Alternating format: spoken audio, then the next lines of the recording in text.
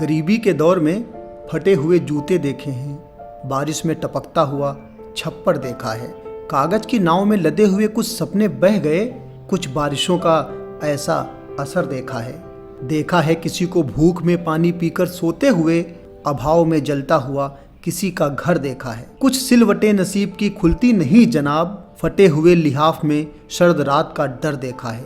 सारी जिंदगी जीने के लिए जो संघर्ष करता है, उसका सांसों के रुक जाने का सफ़र देखा है पल पल जिंदगी को बटोरना, लेकिन जिंदा रहने के लिए भी पीते हुए जहर देखा है। बड़ी कमबख्त है ये जिंदगी जो जिंदा है, जरा उनसे पूछो, ख्वाहिशों की मौत का मुर्दा शहर देखा है। कई मुद्दों पर अपनी लेखनी का चाबुक चलाने वाली गृहिणी श्रीमती मंजू सागर जी की रचनाओं को लेकर मैं आलोक सिंह गुमशुदा हस्ताक्षर चैनल के बहुचर्चित कार्यक्रम कलम के सिपाही में आप सभी का इस्तकबाल करता हूँ। गाजियाबाद की यह डाउन टू अर्थ कवित्री भले ही साहित्यिक जगत के डिग्रीधारियों की तरह बहुत पढ़ी लिखी ना हो, लेकिन अनुभवों के स्कूल में उन्होंने विचारों के उद्गारों को कलमबद्ध करने में पीएचडी कर रखी है। मसी कागद छुयो नहीं, कलम गह्यो नहीं हाथ, चारों जुग कई महात्म, कबीरा मुखई जनाई बात। कबीरदास जी के इसी दोहे की तरह मंजू सागर जी साफ साफ लिखती हैं कि एक सुकून चाहिए कलम उठाने के लिए, ज़्यादा पढ़ाई लिखाई भी अक्सर काम नहीं आती है। सीने में दर्द भी होना चाहिए लफ्ज़ों को गज़ल बनाने के लिए। आज रोशन है चिराग तो गुमान न कर, आंधियाँ आएंगी जरूर चिराग बुझाने के लिए। ठोकरों से सीख लिया गिर कर संभलने का हुनर, वरना लोग बहुत आए थे हमें गिराने के लिए।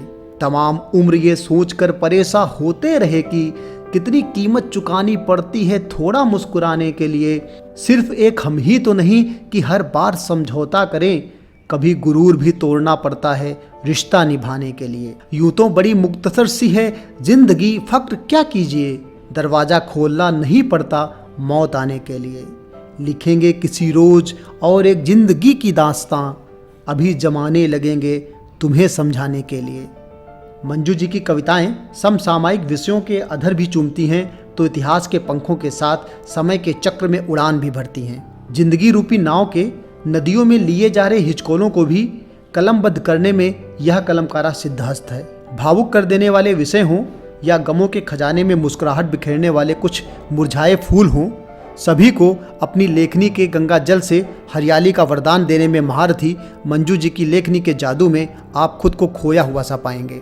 वो उड़ गए पंछी जिनका कभी यहाँ बसेरा होता था, इनकी ही गुंजन से सवेरा होता था। कट गई वो शाख जिन पर उनके घोंसले होते थे, आसमान तक उड़ने के हौसले होते थे। प्यास बुझाने को पोखर नदियाँ हुआ करती थी, आशाएं खुले आसमान में उड़ा करती थीं। घर बसाने को कुछ घास के तिनके होते थे, कहीं मुड़ेर होती थी, कहीं जंगले होते थे। कौवे का बोलना किसी के आने की खबर देता था, मोर का नाचना हृदय उल्लास से भर देता था। कोयल सावन का एहसास कराती थी, तोते के खाने से बेर पक जाते थे। कट गए पेड़ टूट गई डालियाँ, पोखर नदियाँ कहाँ, अब वहाँ घनी रेत पड़ी है। जिन खेतों से तिनके चुनते थे, अब वहाँ इमारत खड़ी है। अब वो दादियाँ नहीं रहीं जो दाना डाला करती थीं, पंछियों के लिए टूटे मटके में पानी रखा करती थीं। ना पहली जैसी भीगी सी शाम रही, ना पहली जैसी भोर। चल उड़ चल पंछी, अब तू कहीं और, कहीं और, कहीं और। प्रेम हो, विरह हो, जीवन में भोलापन लिए हुए चेहरे हों या उन्हीं चेहरों में छुपी हुई चतुराई हो, बचपन की हसरतें हों या जवानी की ज़रूरतें, माँ की ममता हो या बेटियों का फ़र्ज हो, मंजू जी अपनी भावनाओं को इस तरह लिखती हैं, इस तरह शब्दों का जामा पहनाती हैं कि ऐसा लगता है कि यह फीलिंग्स तो पढ़ने वाले की स्वयं की है। इस दुनिया में आकर हमने सारी रीत निभाई है, जो आंखों में आंसू भर दे क्या वो पीर पराई है। नेक राह पर सदा चले जो वो ही धोखा खाते हैं, लेकिन खोट छुपा है जिसमें उसने खुशियाँ पाई हैं। ना कोई अपना ना कोई साथी, मतलब का ताना बाना है, जितना जिससे मतलब है बस उतनी प्रीत बढ़ाई है।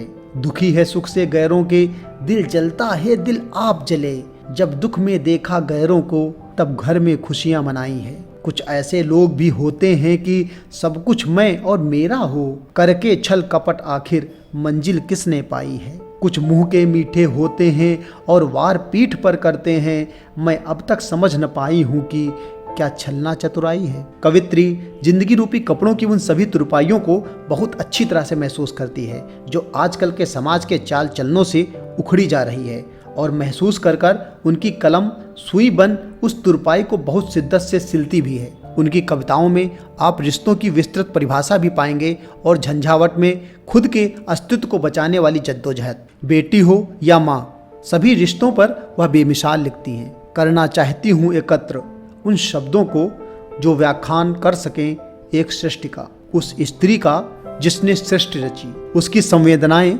उसकी खामोशियां और उसकी सहनशक्ति। वह कठोर, वह अद्वितीय, वह स्त्री, वह माँ जो रचती है एक युग एक काल, वह स्त्री जो जन्मती है एक जीवन। दर्द सहना तो उसे शुरू से सिखाया गया था। वह मासिक पीड़ा हो या प्रसव पीड़ा, मुंह से आवाज नहीं निकालना, ये माँ ने पहले ही समझा दिया था, पर नहीं जानती थी कि हर स्त्री को सीखनी पड़ती है ये मूक भाषा, तभी पूर्ण हो पाती है एक स्त्री की परिभाषा। 200 हड्डियों को तोड़ने जैसा दर्द एक स्त्री ही सह सकती है, क्योंकि माँ बनना ही उसके जन्म को सार्थक करता है। अंत में मैं मंजू सागर जी के उज्जवल भविष्य की कामना करते हुए, उनकी लेखन शक्ति को प्रणाम करते हुए, उनकी सुंदर, रुचिपूर्ण, सामाजिक वेदना, यथार्थवादी, नैसर्गिक प्रेम इत्यादि भावपूर्ण कविताओं, कहानियों, नज़्मों के लिए धन्यवाद देता हूँ, और आप सबसे भी उनकी रचनाओं को प्यार देने के लिए करबद्ध अनुरोध करता हूँ। बूढ़ी हड्डियों का तजुर्बा था कि अक्सर लोग बदल जाया करते हैं।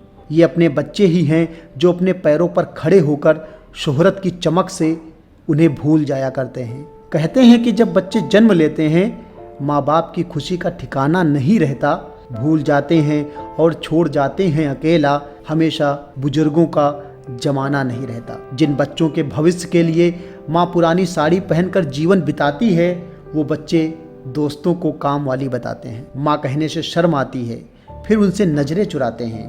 पिता की मेहनत करते हुए आस्तीन फट जाती है, एक जोड़ी चप्पल, एक जोड़ी जूते में उम्र कट जाती है। बेटे अकेला छोड़कर अपना स्टेटस बनाते हैं, और इस तरह उनको जन्म देने की खुशी वो अपने मरने तक निभाते हैं। धन्यवाद। जय हिंद, जय भारत।